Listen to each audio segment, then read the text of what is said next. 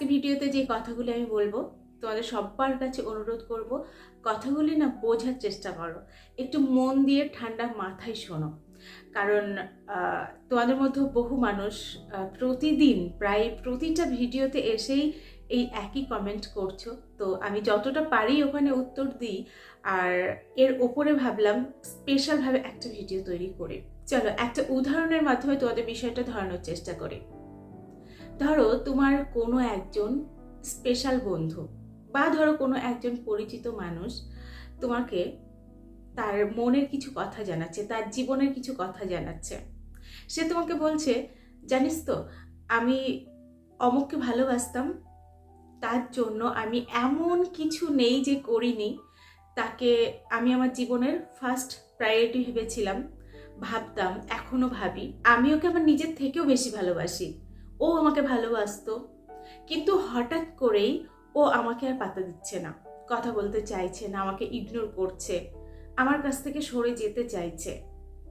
আমি ভীষণ কষ্টের মধ্য দিয়ে যাচ্ছি এবং বারবার ওর কাছে ছুটে যাচ্ছি, ওকে বোঝানোর চেষ্টা করছি, আমি কান্নাকাটি করছি, আমি ওর হাতে পায়ে জড়িয়ে ধরছি, কিন্তু ও কিছুতেই আমার কথা শুনছে না।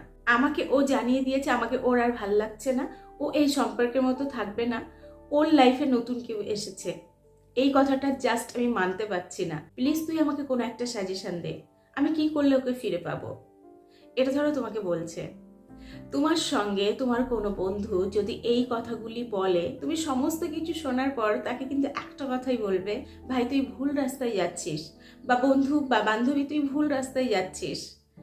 ওর মধ্যে তোর প্রতি কিন্তু আর কোনো ভালোবাসা নেই, ওখান থেকে বেরিয়ে আয়। কারণ তুই বোঝার চেষ্টা কর, তোর প্রতি ওর আর ফিলিংস বেঁচে নেই, আর যেখানে ফিলিংস নেই সেইখানে কিন্তু এক সেকেন্ডও থাকতে নেই। তুই তো বোঝানোর চেষ্টা করেছিস, এবার চলে আয়, এবার তুই থাম, তুই ওখান থেকে বেরিয়ে আয়। এটাই কিন্তু বলবে, যে কোনো মানুষ কিন্তু বলবে। মজার বিষয় হলো, যেই মানুষটি এত সুন্দর করে বোঝালো, ওই মানুষটির জীবনেও যদি এই সেম ঘটনা ঘটে, তাহলে কিন্তু সে ওই একই ভুল করবে।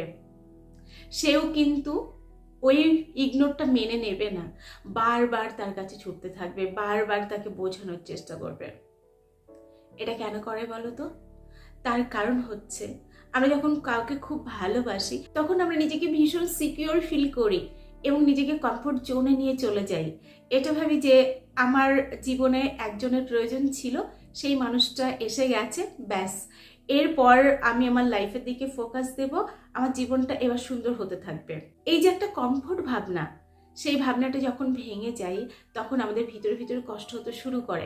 আমরা ভাবি এর মতো মানুষ আর মনে হয় আমরা আমাদের জীবনে পাবোই না, এই আমার জীবনের জন্য সেরা ছিল, বেস্ট ছিল, একে হারালে আমি সম্পূর্ণরূপে নিঃস্ব হয়ে যাব, তো যে করেই হোক ওকে আবার আমার লাইফে ফিরিয়ে আনতে হবে।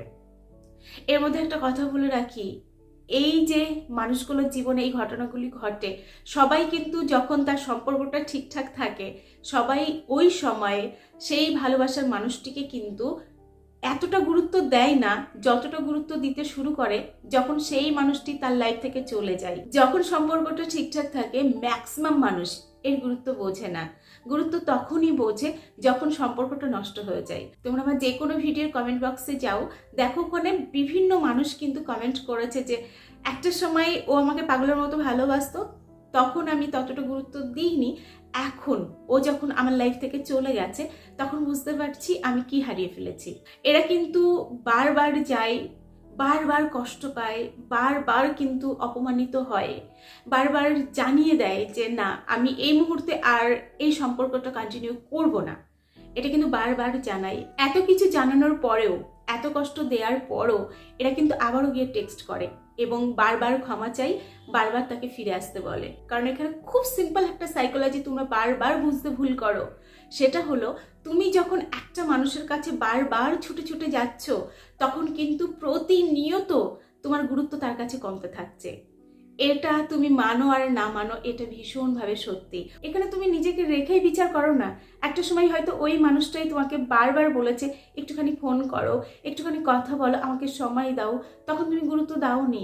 অথচ এখন তুমি সেম কাজটাই করে যাচ্ছ প্রতিনিয়ত। দেখো আমি কিন্তু এটাও জানি তোমরা সবাই যে তাকে গুরুত্ব দাওনি বলে সে চলে গেছে তা কিন্তু নয়। এমন বহু মানুষ রয়েছে যারা কিন্তু ভালোবাসার মানুষটিকে মাথায় তুলে রাখতো, কিন্তু তবুও তাকে ছেড়ে অন্য কারোর কাছে চলে গেছে। এরকম ঘটনা কিন্তু বহু দেখি আমি। তো এইখানে সবার উদ্দেশ্যে তোমার ভালোবাসার মানুষটি যে কারণেই চলে যাক না কেন, একটা কথা মাথায় রেখো, যদি সে অন্য সম্পর্কে চলে যায় এবং সেখানে গিয়ে ভালো থাকে, তখন কিন্তু ওই ভালো সম্পর্কটা ছেড়ে সে আসবে না। কারণ তোমার কাছ থেকে চলে গেছে মানে তোমাকে তার ভালো লাগছিল না। এটা কিন্তু আমি বারবার তোমাদেরকে বোঝানোর চেষ্টা করি, কোনো না কোনো দিক দিয়ে তোমাকে তার কিন্তু পছন্দ হচ্ছিল না। এটা বাস্তব। এটা যত দ্রুত বুঝবে ততই কিন্তু তুমি নতুন করে আবার এগিয়ে যাওয়ার নিজের মধ্যে একটা অনুপ্রেরণা পাবে। কিন্তু তুমি যদি বাস্তবটা না মানতে চাও, শুধু এটাই ভাবো যে ওই মেয়েটি বা ওই ছেলেটি আমার ভালোবাসার মানুষটিকে প্রলোভন দেখিয়ে নিয়ে চলে গেছে, ওর কাছ থেকে আমি ছিনিয়ে নেবই, আমাকে ওকে চাই, ও আমার যত কষ্টই দিক না কেন, যত যন্ত্রণায় দিক না কেন, যত অবহেলাই করুক না কেন, ওকেই আমার চাই। এটা করতে থাকলে নিজের মধ্যে একটা রাগ, ক্ষোভ, একটা হতাশা, একটা নেগেটিভিটি, একটা প্রতিশোধ পরায়ণ মনোভাব, এগুলোই কিন্তু তোমার মধ্যে আসবে। এবং ওই সময় এমন কিছু বাজে বাজে কাজ তুমি করে ফেলবে, এমন কিছু কথা বলে ফেলবে, তাতে করে না সম্পর্কটা যদিও তোমার প্রতি তার মনে সামান্যতম রেসপেক্ট বেঁচে থেকে থাকে, সেটাও কিন্তু নষ্ট হতে থাকবে। আমি এই কারণে তোমাদেরকে বলি, যখন তোমার ভালোবাসার মানুষটি তোমাকে ছেড়ে চলে যাচ্ছে, হয় কোনো উত্তর না দিয়ে পুরোপুরি চুপ হয়ে যাও। কারণ যখন আমরা পুরোপুরি চুপ হয়ে যাই, কোনো প্রতিবাদ না করি, ওই প্রতিবাদ না করার মধ্য দিয়ে না আমরা বড় রকমের প্রতিবাদ করি।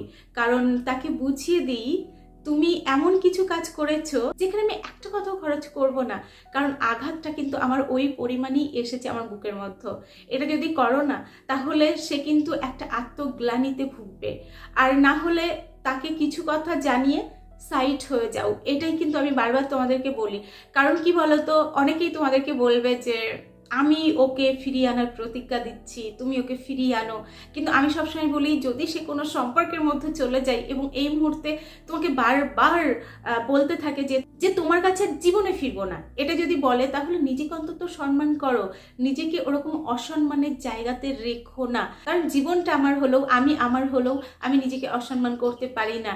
এইটুকু সম্মান বোধ নিজের মধ্যে রাখো। হ্যাঁ, এটা হতে পারে তুমি চুপ হয়ে গেছো, তারপর সে হয়তো রিয়েলাইজ করলো যে না, মানুষটার সঙ্গে আমি ভুল করেছি, অন্যায় করেছি। তুমি কিন্তু তাকে ফিরিয়ে আনতে যাওনি, কিন্তু সে তোমার লাইফে ফিরে এসেছে।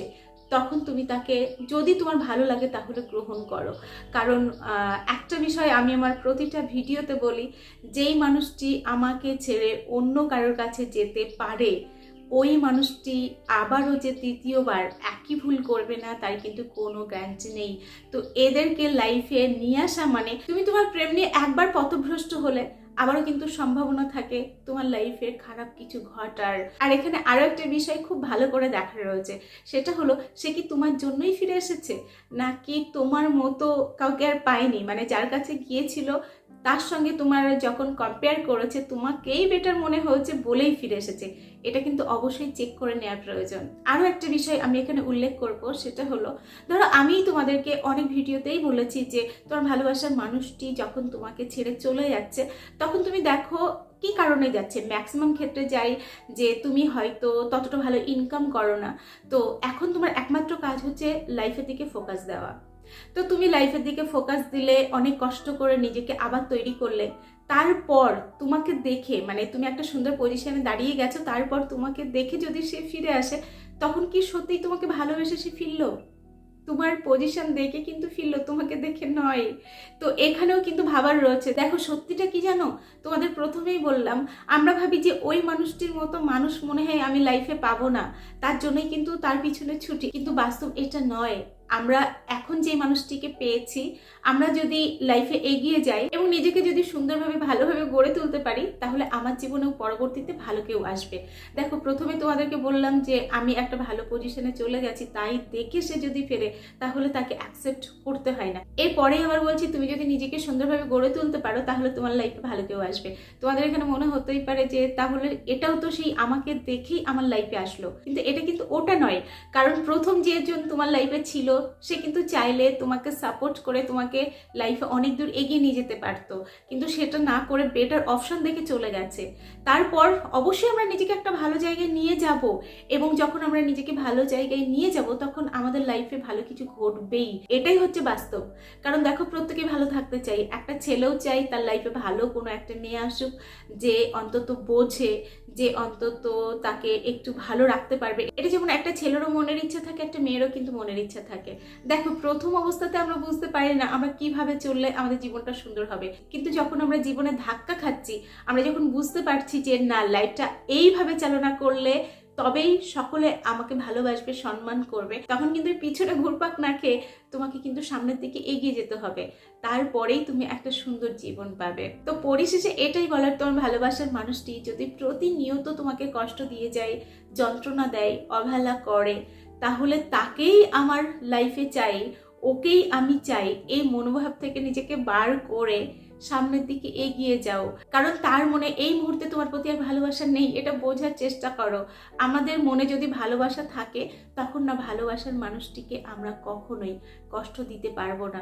যখন বুঝতে পারবো যে ও আমার জন্য কষ্ট পাচ্ছে, ও আমার জন্য কান্না করছে, তখন কিন্তু আমরা যত কঠিনই মানুষই হই না কেন, আমরা কিন্তু নিজের কঠিন ভাবটা ছেড়ে তার কাছে ছুটে যাব। কিন্তু যে ছুটে আসছে না, তার লাইফে কেউ না কেউ রয়েছে এবং এই মুহূর্তে তোমাকে সে পাত্তা দেবে না, এটা বোঝার চেষ্টা করো। তো চলো, আজকের ভিডিও এখানে শেষ করছি। এতক্ষণ আমি তোমাদের সঙ্গে ছিলাম, তোমাদের বন্ধু রোজিনা ব্যানার্জি। আবার তোমাদের সঙ্গে দেখা হচ্ছে নেক্সট ভিডিওতে। ততক্ষণ সকলে ভালো থেকো, সুস্থ থেকো।